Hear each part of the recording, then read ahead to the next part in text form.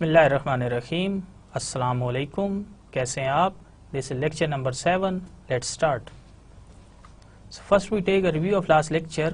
In last lecture we discussed the basic overview of Microsoft Excel spreadsheet program, and in particular we discussed how to create charts in Microsoft Excel spreadsheet program, and especially we discussed how to graph the qualitative data, and where we discussed how to construct bar charts, simple bar charts, multiple bar charts, as well as component bar charts. And in addition we have discussed another method for graphing the qualitative data, which is by using the pie charts. And then we have also discussed how to graph the quantitative data, and we have discussed two types of graphs. The first one is called the scatter plot, and second one is histogram. So that was all about the previous lecture.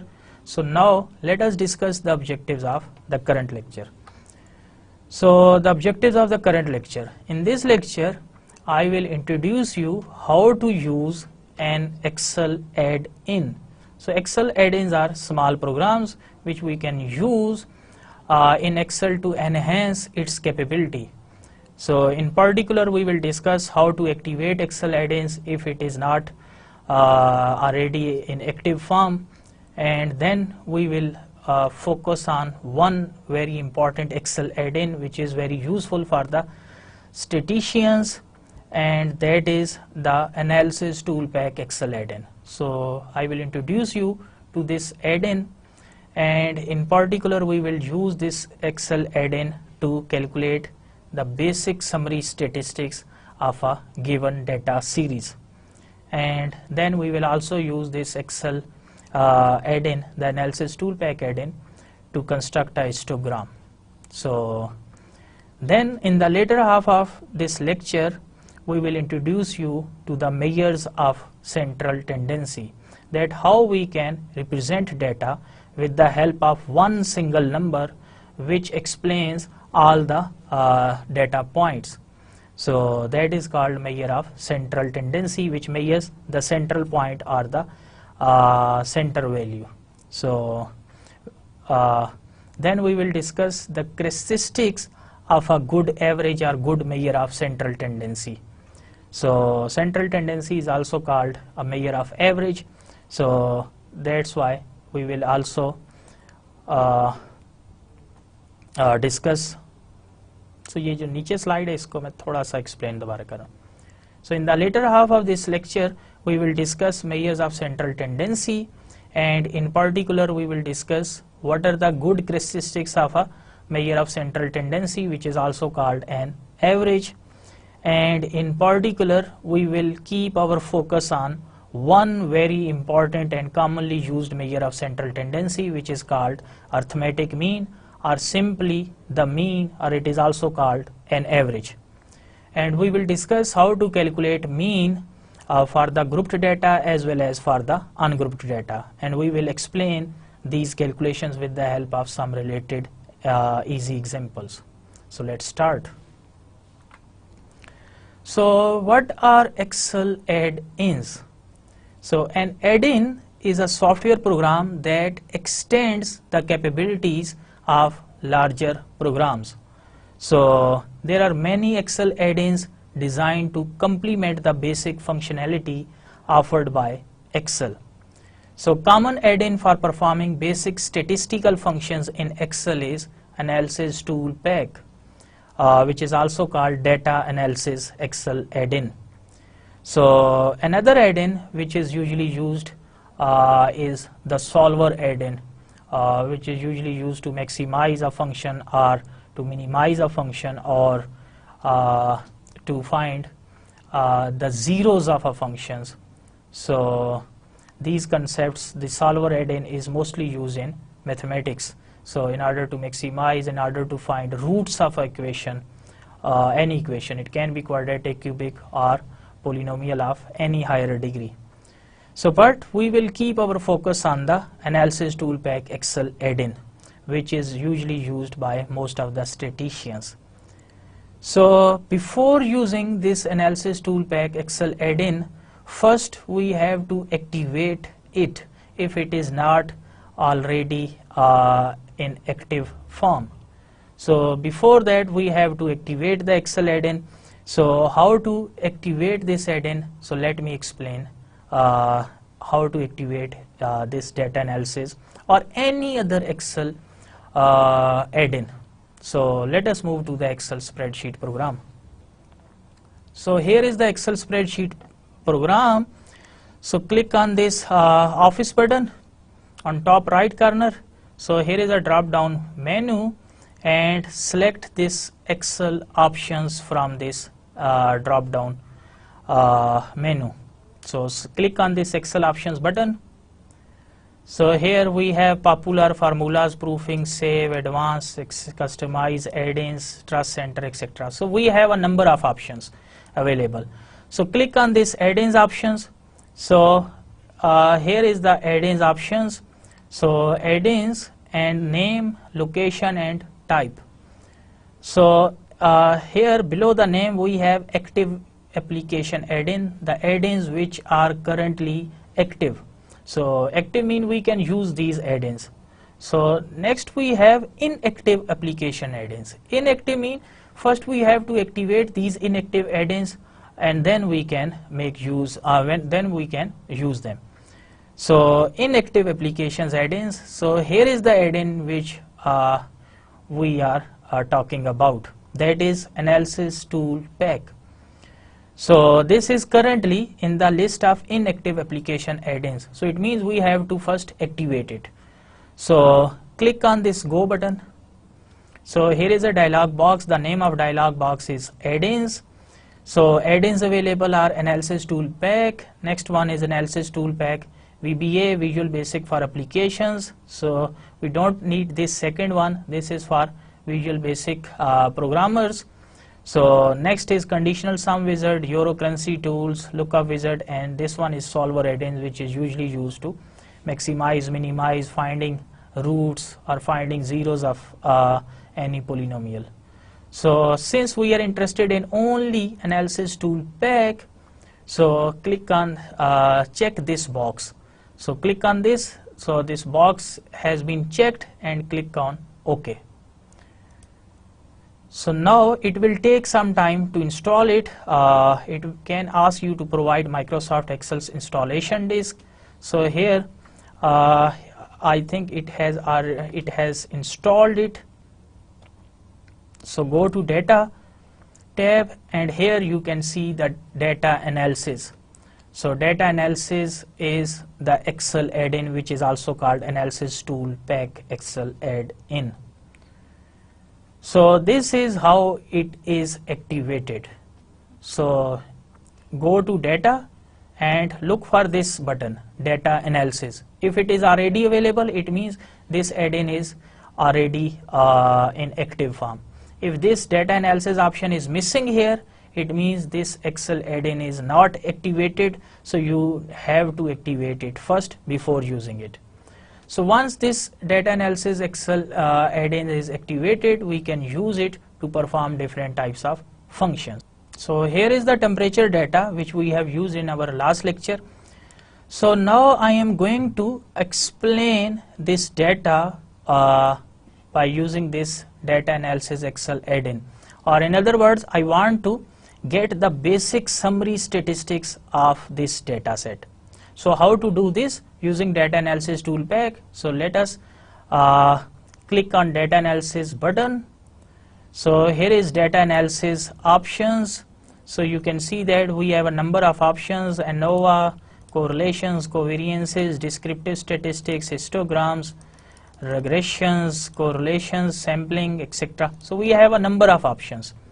So you can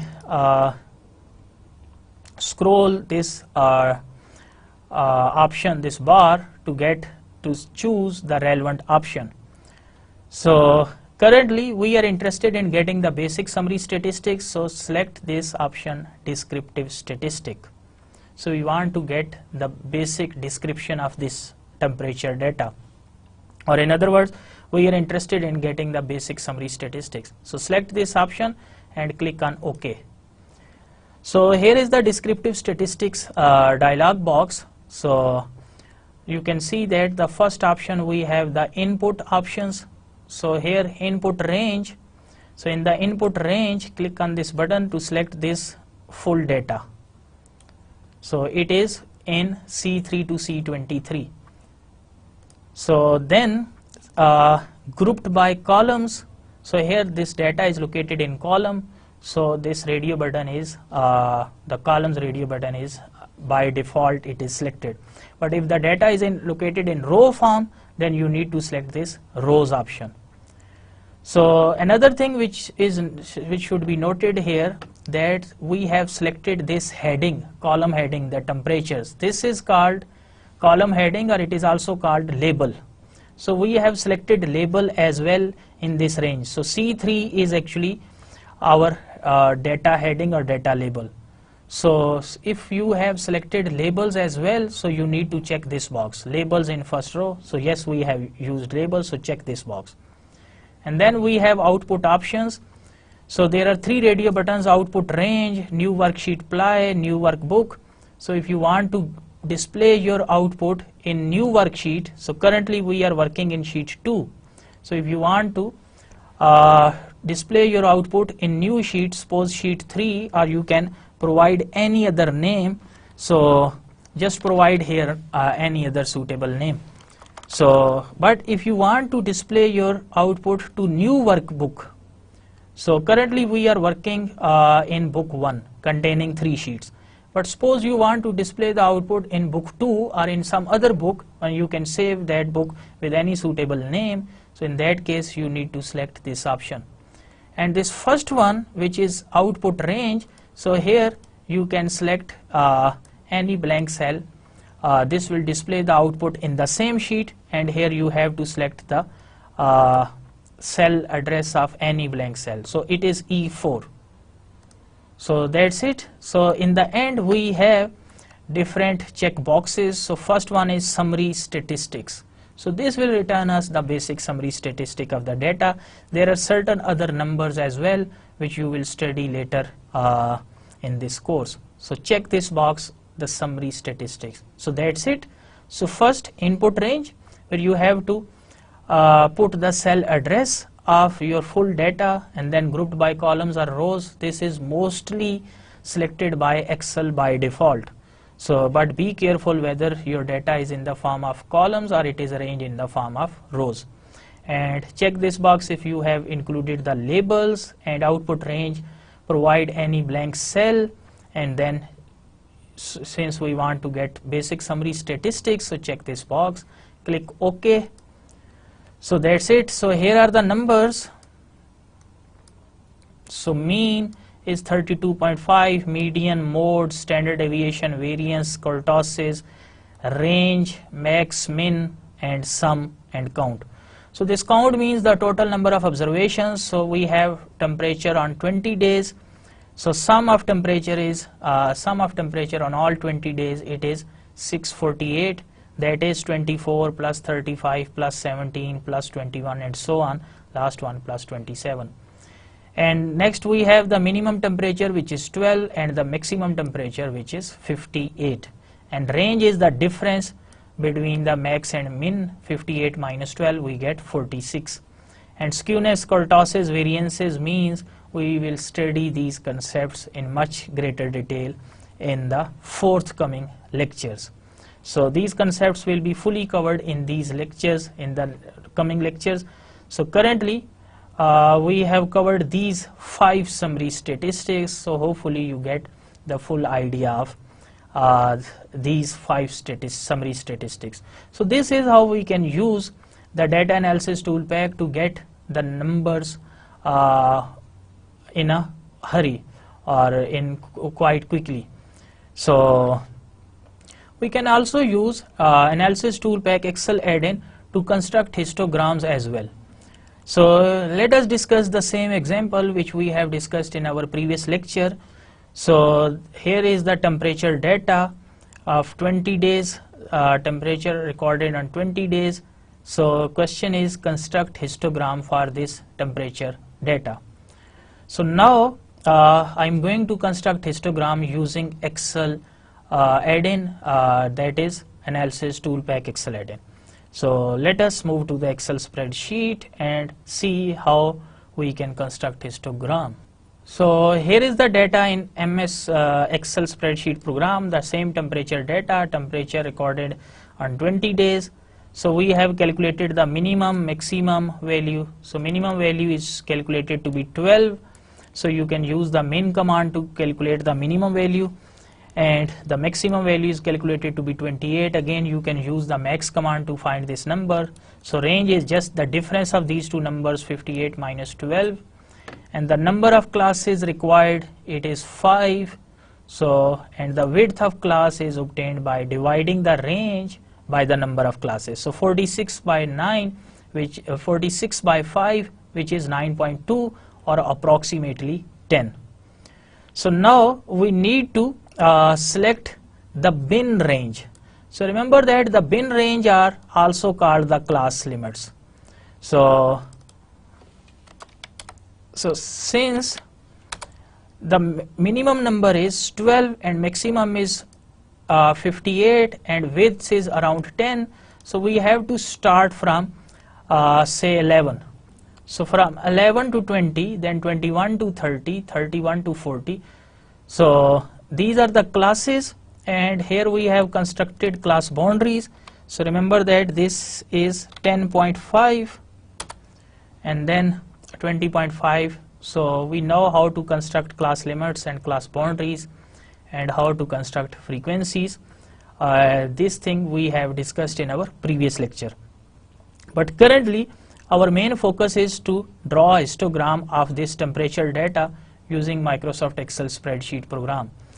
So look at these class limits. So these class limits are 11 to 20, 21 to 30, and so on. So if we want to use data analysis toolpak Excel add-in, we need to construct this column, which is called the bin range column. So let us construct this column elsewhere. So this bin range is 20. So this 20 means 20 and less than 20. So minimum value is 12, so it means it is 12 to 20, or we can say that it is 11 to 20. And this 30 mean greater than 20, greater than this limit, but less than or equal to 30. So this 30 means it is greater than 20 and less than or equal to 30, or in other words, it is from 21 to 30. So this range is fully covered in this number. And this 40 means from 31 to 40, 50 means from 41 to 50, and then 51 to 60. So it means if we look at these class limits, so we have taken only the upper class limits, 20, 30, 40, 50 and 60. So 20, 30, 40, 50 and 60 in the bin range. So that's it. So now go to data analysis toolpak, and from this select histogram. So click on OK. So here is a dialog box. The name of dialog box is histogram. So look at the input options. In the input range, here select your data range, and remember I am including the title or headings, which is called label as well. So here is the full data. It is in C3 to C23. And next column is bin range. This is optional. We can skip this option as well. So but currently I am going to use this option. So bin range is actually, bin means classes. So classes are drawn here. So this is the bin range. So click on this. Labels, yes, we are using labels. And output range, any blank entry, say here. So any output range. So output range mean any blank entry, say here. So that's it. If you want to get the chart output, so you can select this option as well. So currently I'm not selecting this option. You can experiment with this option later. So chart output I13, any blank cell. So output range I13, any blank cell, and click on OK. So here is the output. So you can see that this bin range 20, 30, 40, 50, 60, and this is the frequency. So 37442, 37442. So that's it.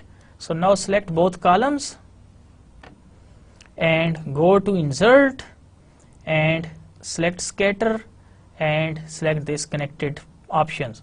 So this is scatter connected chart.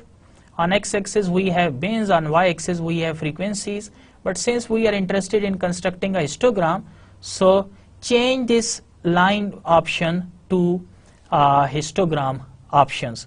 So click on this chart, right click on it and select this third option, which is change series chart type. We want to change the type of this chart. And now here select this column, that's it, click OK.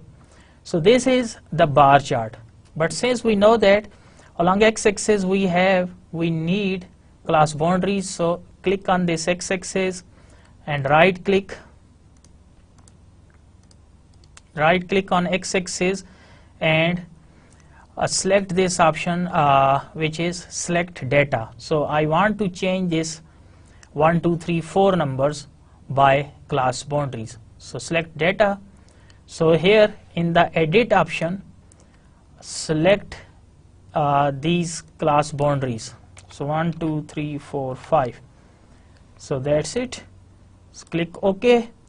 Click OK. So that's it. So here is 10.52. So this is our histograms. Again, the bars are not connected. So this is again not proper histogram. So I'm now going to reduce the size, reduce the gap between the bars to 0. So I want to make the bars side by side, connected bars. So right click on the bar and click on format data series, and here this gap change it to no gap 0%. So you can see that this gap is now it is 0 and the bars are now in connected form. So just label the x-axis as class boundaries and y-axis as frequency and change this title to histogram. So that's it. So this is how you can construct histogram in Microsoft Excel spreadsheet program. So you can even change the color as well. So in the format you can select the outlines as well. So there are a number of options which you can use. So if you want to change the shape color of different shapes, so you can select different colors to different shapes. So shape fill, and here suppose the red one. So that's it. So you can experiment with their different options. There are outlines colors as well, shape fill, borders. So a number of options are available. So you can experiment with different options. You can even change the layout as well, 3D plot, etc. So that's it. So now let us discuss measures of central tendency. Data in nature has a tendency to cluster around a central value. That central value condenses the large mass of data into a single representative figure. The central value can be obtained from sample values, which will be called as a statistic, and it can be obtained from the population observations or population data, and in that case it will be called a parameter. So if the central value is obtained from the sample, we name it as statistic, and if it is obtained from population data, we name it as parameter. So let us properly define the measure of central tendency. According to Clark, a famous statistician, average is an attempt to find a single figure to describe a group of figures. So we need one single number, one single figure, which can perform the job of the rest of the data points. So it means just by looking at one single or central number, we can explain the behavior of all the data points. So that single figure should be a representative of all the numbers in the list of data. So let us discuss the objectives for the study of measures of central tendency. There are two main objectives. The first one is to get one single value that represents the entire data, and second one is to facilitate the comparison among different data sets. So suppose we have two data sets. We have calculated the central value for the first data, as well as the central value for the second data. So we can compare the central values obtained from each of the data sets. So if central value obtained from the first data is larger than the central value obtained from the second data, then we can say that yes, this data has its average is or central value is larger. Or similarly, we can compare if it is lesser in amount, if they are both same. So there can be a number of comparison which we will discuss in our forthcoming lectures as well. So according to Joule and Kendall, the two famous statisticians, an average will be termed as a good or efficient if it possesses the following characteristics. The first one is that the measure of central tendency, which is also called an average, so it should be easily understandable. And second one is that it should be rigidly defined. Rigidly defined means that the definition should be so clear that the interpretation of the definition does not differ from person to person. So there will be one general interpretation. So it doesn't mean that one person interprets it in one way and the second one interprets it in other way. So it should be rigidly defined. So third is that the average should be mathematically expressed. So it can be expressed using mathematical formula. So it should be easily calculable. So we can calculate it with the help of simple mathematical formula. And an average should be based on all the values of the variable. So this means that in the formula for average, all the values of variable should be incorporated. It should not focus only on some subset of values, so some portion of values. So it should include all the values in the calculation in the formula to calculate the average. And next characteristic is that the value of an average should not change significantly along with the change in sample. This means that the values of the averages of different samples of the same size drawn from the same population should have small variation, or in other words, the average should possesses sample stability. So suppose let us consider one population. Suppose we draw one sample, we calculated the average using certain formula, and then we draw another sample. So we calculated the average. So this average should not differ from the the first average, and there will be difference between the two averages, but the difference should be very small in small amount, or it should not be the two averages should not differ significantly from each other. So similarly, if we draw another sample of same size as the sample size 1 or 2, so then if we calculate the average, that average should also be around the same as the first two averages. So in other words, we can say that an average should possesses sample stability. So sample to sample, the average should not vary if the sample is drawn from the same population.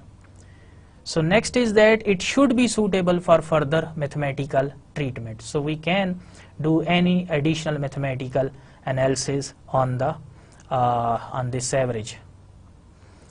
So next point is that the average should be unduly affected by extreme values. So this means that the formula for average should be such that it does not show large due to presence of one or two very large or very small values of the variable. So actually this extreme values, they are also called outliers. So suppose we have a data set and containing, let's say, 1 2 3 4 5, so 5 numbers. So all these numbers, they are very close to each other. But suppose in contrast we have another data set containing numbers 1 2 3 4, and the last number is, let's say, 200. So now this 200, it is very far from rest of the data points, the first 4 data points 1 2 3 4. So this 200 is called an outlier, or it is called an extreme value. So this property or characteristic states that the average should not be affected by extreme value. So if there is any extreme value or outlier in your data, then the average should not be affected by the presence of this outlier or extreme value. So now let us discuss different measures of central tendency. So there are mathematical averages which include arithmetic mean or simply mean, or this is also called simply the average, and then the geometric mean, and then the harmonic mean. So these three are called mathematical averages. And then there are some positional averages which are measured according to position. So these are the median and the mode. In this current lecture, we will focus only on arithmetic mean in detail, and the discussion of other measures of central tendency will be covered in subsequent lectures. So let us start with arithmetic mean, which is also called the average or simply the mean. So this is a first measure of central tendency which is most commonly used. So it is most popular and well-known measure of central tendency, and it can be used for discrete as well as in case of continuous data. So let us discuss how to calculate arithmetic mean. The mean is equal to sum of all the values in the data set divided by the number of values in the data set. For example, calculate arithmetic mean of 5 numbers 2, 5, 7, 10 and 6. So the arithmetic mean will be sum of all these 5 numbers 2 plus 5 plus 7 plus 10 plus 6 divided by the total number of data points. So total number of data points are 5. So this sum divided by 5, this sum is 30 divided by 5, we get 6. So 6 is the arithmetic mean or average value. So let us discuss some of the notations. So sample mean for sample data is called sample mean, and it is denoted by x bar. So bar is put on x, so where x represents the sample values. So if these values are represented by x, so then their mean will be represented by x bar. And if we are calculating mean for the population data, then it will be called population mean, and it will be denoted by mu. So sample mean is denoted by x bar, whereas the mean for population data, which is called population mean, it is denoted by mu. So let us discuss the general formula for the ungrouped data. So for n observations, x1, x2 and so on n xn, so suppose we have n observations of a variable x. So x1 represents the first observation, x2 represents the second observation, and xn represents the nth observation. So suppose we are interested in calculating the sample mean. So sample mean is denoted by x bar. So it is the sum of all these n numbers divided by the total numbers which are being added, which is n. So x1 plus x2 plus so on xn divided by n. So we can also represent this sum with the help of summation. So it is summation xi, where I ranges from 1 to n. So here when we take I equals 1, so it will become x1, so this number. So then this summation sign, this is called sigma. So this means the plus, and then when I is 2 we get x2, then again this summation mean plus, when I is 3 we get 3, and this process will be repeated. This will be carry on, you have to carry out this process until when I becomes equals to n. So when I is equal to n, so then this xi will be xn. So this is sum of n numbers divided by n. So we can write it in summation form, or usually the subscripts are omitted for simplicity, so we can write it as summation x over n. So x bar is summation x over n, which is called the sample mean. So suppose we have n observation of variable x, x1 to xn for population data, and we are interested in calculating the population mean. So population mean is denoted by mu, and it is same sum of n numbers divided by n, but this time this n is used for, here this n means the population size, and instead of small n sometime we use capital N to represent the total number of data points in the population. So rest of the notations are same. So the only difference between sample mean and population mean is that sample mean is denoted by x bar, whereas population mean is denoted by mu, and the total number of data points in sample are denoted by small n, whereas total number of data points in population, they are denoted by capital N. So here x1 to xn, they are the observations obtained from sample, whereas in this case x1 to xn, they are the observations obtained from the population. So that's it. So sample mean is sum of observations divided by the total number of observations. So let us explain the arithmetic mean with the help of one simple example. So how to calculate arithmetic mean in case of ungrouped data? So marks obtained by 5 students are 20, 15, 5, 20 and 10, and we are interested in calculating the mean marks or the average marks. So in order to calculate arithmetic mean of this sample data for the 5 students, so x bar is the arithmetic mean, it is equal to summation x over n. So just add these values divided by total number of students, which are 5. So sum divided by 5, we will get the average. So sum is 75 divided by 5, we get 15. So 15 is the average. So average score of these 5 students, this is 15. So instead of looking at these 5 scores, we can just focus only on one number. So this is the central number or measure of central tendency.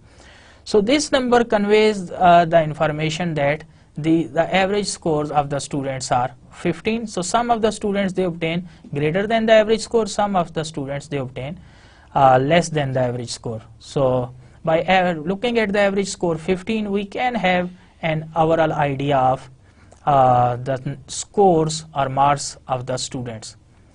So usually we can calculate arithmetic mean by denoting these data points 20, 15, 5, 20, 10 by x. So we can put these numbers here 20, 15, 5, 20 and 10, and then here just add summation x. So it will be sum of all these values, so which is calculated to be 75. So just find the sum, and since x bar is summation x over n, so summation x is calculated to be 75, n is the total number of observations, which are 5, so we get 15. So average or x bar is 15 for this data set. So let us discuss another example. So runs made by a cricket player in 4 matches are in first match 30, in second match 70, next 10, next 20. So we are interested in calculating arithmetic mean. So arithmetic mean x bar is summation x over n. So just add up all the numbers, 30 plus 70 plus 10 plus 20 divided by 4, you get 130 over 4, which is 32.5. Or you can even construct a column x, so containing scores 30, 70, 10 and 20, and here calculate summation x, which is 130. So x bar is summation x over n, so 130 over 4, so which is 32.5. So we can say that the average score of the player is 32.5.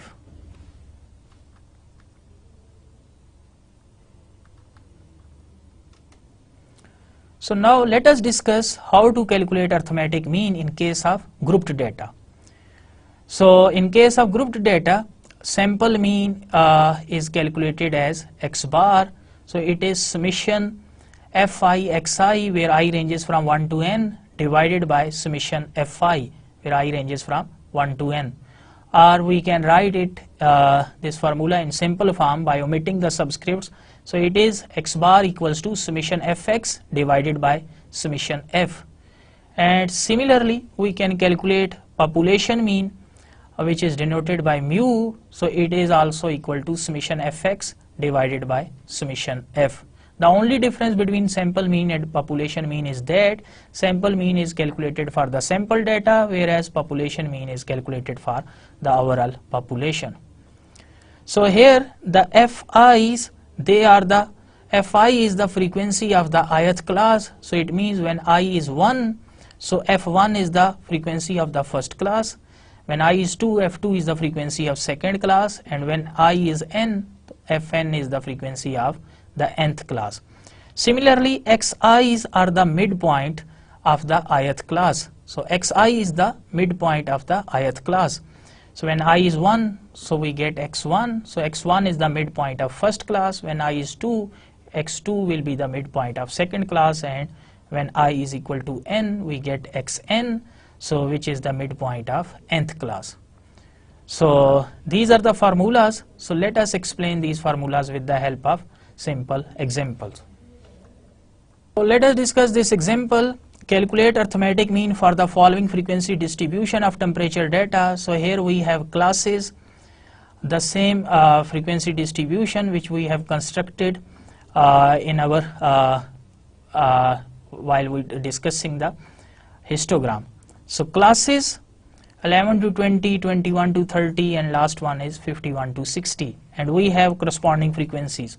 So there are 3 days in which temperature was from 11 to 20 degrees centigrade. There were 6 days where the temperature was from 21 to 30 degrees centigrade, and there were 2 days in which temperature was from 51 to 60 degrees centigrade. So this is a grouped data set. So we are interested in calculating arithmetic mean. So remember that the formula for arithmetic mean in case of grouped data is summation fx divided by summation f. So summation f is sum of all the frequencies, and this summation fx mean sum of f, which is frequency, times x, which is the midpoint. So it means first we need to calculate this x, so which is the midpoint. So first step is calculate midpoint x of each class. So here is the same data, so it means we have to calculate the midpoint. So we have constructed a new column, and the name of column is midpoint, which is denoted by x. And remember that the midpoint is calculated as just adding the lower limit of first class with the upper limit of same class. So 11 plus 20, and divide this sum by 2. So you will get the midpoint or the central value. So 11 plus 20 divided by 2, we get 15.5. So midpoint is 15.5. Similarly, for the second class, the midpoint is 21 plus 30 divided by 2, which is 25.5. And for third class, 31 plus 40 divided by 2, we get 35.5. Next one, 45.5. Next one, 55.5. So here how midpoint is calculated. So once we have this x in hand, we can multiply this x with f to get this product fx. So once we have f times x, we can then apply summation to get the sum of fx, and then similarly we can add all the frequencies to get summation f. Then dividing these two required numbers, we can calculate arithmetic mean.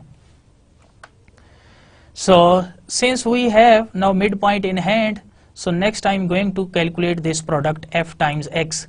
So calculate the product of frequency f and midpoint x for each class. That is, calculate this product f times x. So construct a new column f times x. So this is f 3 times 15.5. So 3 times 15.5, which is 46.5. Similarly, 6 into 25.5, so 6 into 25.5 we get 153, and 5 into 35.5 we get 177.5, and so on. So this is how to calculate f times x. In the end, calculate summation f, sum of all the frequencies, and summation fx, sum of this column. So just add up these elements to get summation fx, and add up all the numbers in this column to get summation f. So these are the two numbers which are required in this formula. So summation f is calculated to be 20. It is 3 plus 6, 9 plus 5, 14 plus 4, 18 plus 2, 20. So summation f is calculated to be 20, and summation fx is sum of all these 5 numbers, which is calculated to be 670. So once we have these two numbers, so use this formula above to calculate arithmetic mean. So arithmetic mean is summation fx over summation f. It means 670 divided by 20. So 0 is cancelled with 0, so 2 times it is 33.5. So the average or arithmetic mean, or simply the mean for this grouped data, for this temperature data, it is 33.5. So average temperature is 33.5 degrees centigrade. So let us review what we have discussed in today's lecture. In this lecture, we have introduced you to the Microsoft Excel add-ins. So remember that add-ins are small programs which we can use in Excel to enhance its capability. So these add-ins can perform different types of functions more quickly, which actually Excel cannot do. There can be some functions which Excel can do without add-ins, but with the help of add-ins, those functions can be calculated very speedily, very easily. So, and then we discussed how to activate Excel add-ins if it is not already in active form. And then we have introduced you how to use the analysis tool pack Excel add-in, and using this analysis tool pack add-in, we calculated the basic summary statistics, or which is also called the descriptive statistics for one particular data series. And then we have used this analysis tool pack Excel add-in to construct a histogram as well. So in the later half of this lecture, we discussed the measures of central tendency, that how we can represent a large amount of data, a large number of data with the help of one single point, one single value. That single value is called the measure of central tendency, and that single value, it represents the rest of the data points. So then we discussed the characteristics of a good average, and in particular we focused only on the first most commonly used measure of central tendency, that is arithmetic mean, which is also called the average or simply the mean. Then we discussed the means for grouped as well as for the ungrouped data, that how we can calculate arithmetic mean if we have ungrouped data in hand and if we have a grouped data. And then we have explained these calculations with the help of very simple examples. So in the next lecture, we will study again the measures of central tendency, and we will discuss the weighted arithmetic mean, which is also called weighted mean, and we will also discuss combined arithmetic mean or combined mean, and then we will discuss the merits and demerits of using arithmetic mean as a measure of central tendency. And then we will also discuss in the next lecture another measure of central tendency, which is more robust, which is more useful or more accurate as compared to arithmetic mean, that is called the median.